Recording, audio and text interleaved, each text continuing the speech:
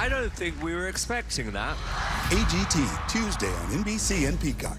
The password is cloak. I don't know what that word is. Tiffany Haddish, come on! Password that might be someone's name. Frisbee. Frisbee? Remind me not to have no babies with you. Password.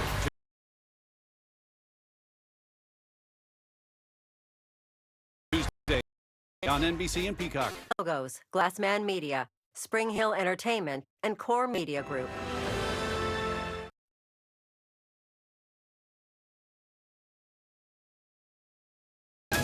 You're watching NBC4 News at 11.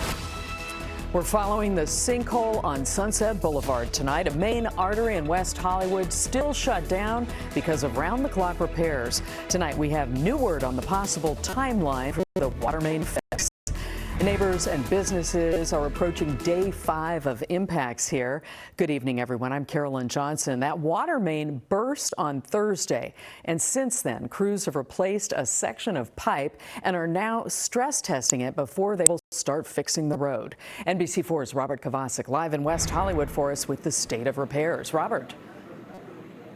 And Carolyn, we learned just minutes ago they're doing even more than that. The LADWP telling NBC4 that they are getting ready to disinfect, and they are now going to close the sidewalk in order to be able to do that. So the work here is nonstop, but keep in mind there are still residents displaced.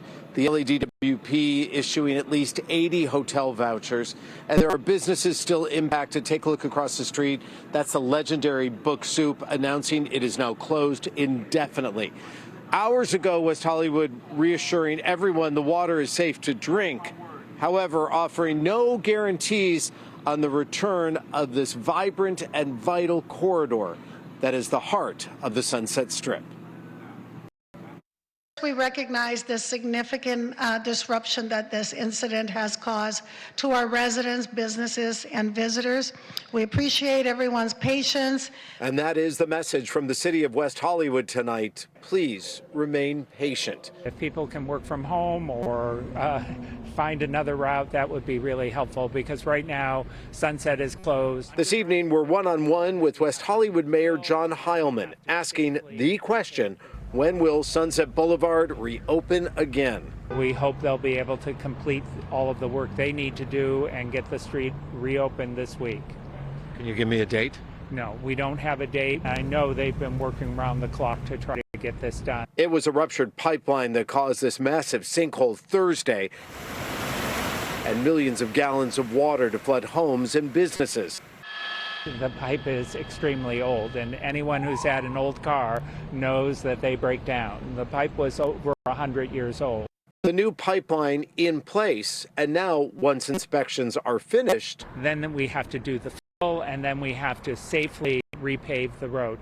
It will only be a temporary fix. We'll come back and do it more effectively later, but we want to make sure that we can get traffic flowing as quickly as possible, but of course as safely as possible. And so no timeline. The goal is by the end of this week. Correct. And as we get ready to watch this disinfection process take place, Carolyn, you've heard from many of our viewers over the past weekend, and they are wondering, well, if this trunk line was broken and this trunk line is old, if that old pipe broke, when will the next old pipe break? Well, the trunk line in question dates back to 1916, 110 years old.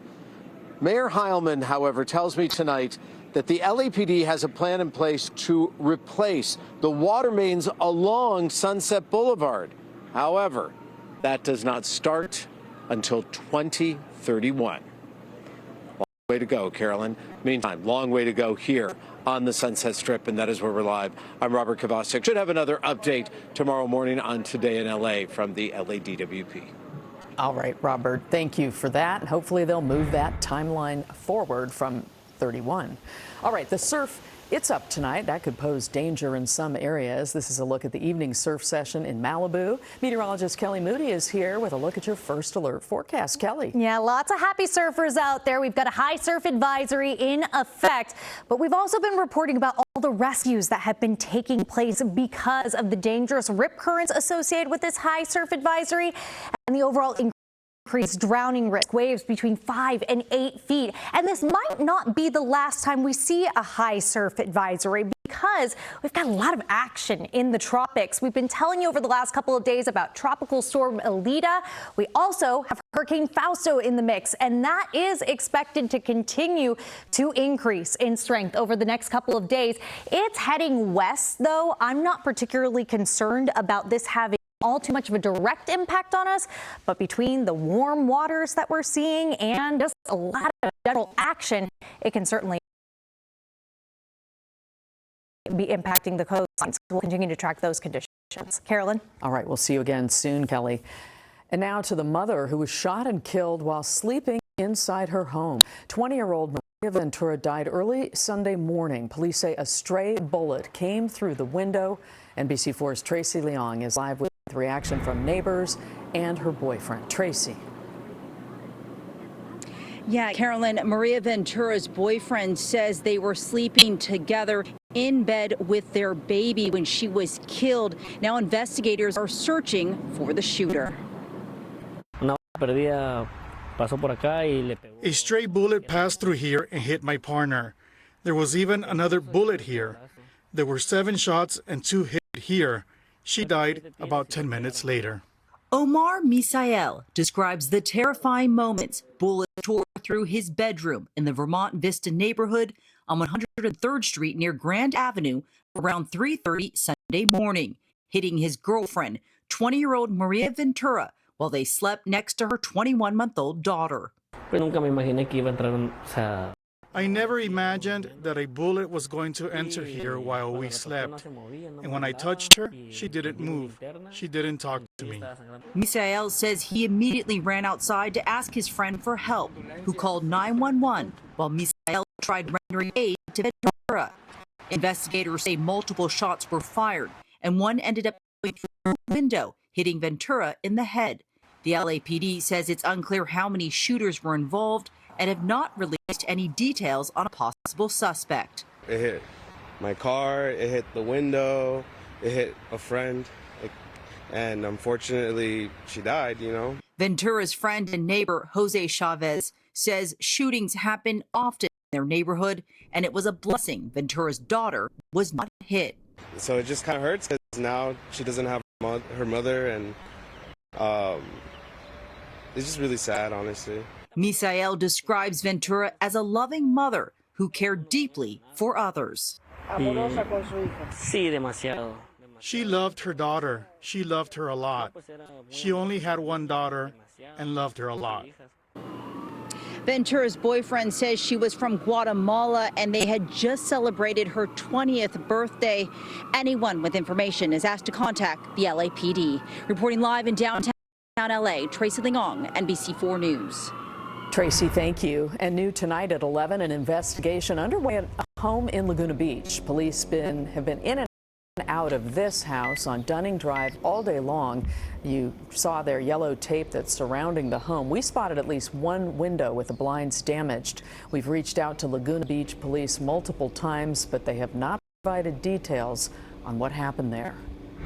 A notorious eyesore in downtown LA is a step closer to a major makeover. A judge has cleared the way for the sale of the graffiti towers. Mayor Karen Bass says the buyer has agreed to immediately begin comprehensive remediation work. KPC Group will take over the abandoned project. The plan is for apartments, a hotel, retail shops and restaurants. The mayor says she expects to see meaningful construction ahead of the 2028 Olympics. The singer known as David is due back in court tomorrow for a preliminary hearing in his murder trial. Prosecutors will lay out a summary of the evidence against him. NBC4 investigative reporter Eric Leonard breaks down what we can expect. The murder case against the singer is at an important interim stage. This is where prosecutors have to show the court, the judge, that there's enough evidence for a jury trial, but they don't have to put everything they know out in public just yet. The singer, we've learned, has also asked the judge to order him uncuffed for these proceedings. David, whose legal name is David A. Burke, seen here at previous hearings, will be in court for this multi-day preliminary hearing. His lawyer just asked the judge for an order to unshackle him. Burke has been in custody since his arrest, held without bail. The defense attorney says he won't be disruptive or try to flee. The judge hasn't ruled just yet. Prosecutors say this could be 4 days of testimony to lay out the case they've assembled that accuses Burke of murdering 14-year-old Celeste Rivas Hernandez in April 2025. Then dismembering her body and leaving the remains inside his Tesla sedan, which was impounded last September. A prosecution memo says there is a mountain of evidence that shows how he did it and also a possible motive. Remember, the murder charge here carries special allegations that Rivas Hernandez was stabbed to death to prevent her testimony and for his financial gain. Prosecutors explain she was threatening to reveal her child's sexual relationship with Burke, which they say would have destroyed his singing career and cost him millions of dollars. Burke has pleaded not guilty. His defense attorneys say he's also not responsible for Rivas Hernandez's death. The defense initially pushed for this hearing to happen within days of his arrest back in April. Then they asked for a series of delays. The evidence and testimony this week will probably include some disturbing details of the alleged crime and cover-up. No cameras are in the courtroom, but we'll be there to report on what happens. I'm investigative reporter Eric Leonard, NBC4 News. Well, a deputy killed a pit bull in Lancaster after it attacked a man in front of a house. The LA County Sheriff's deputies responded to this home on 20th Street West this morning. They say they saw a man in the front yard seemingly unresponsive as that dog attacked him. The deputies say they were forced to shoot the animal when they couldn't get the dog to stop.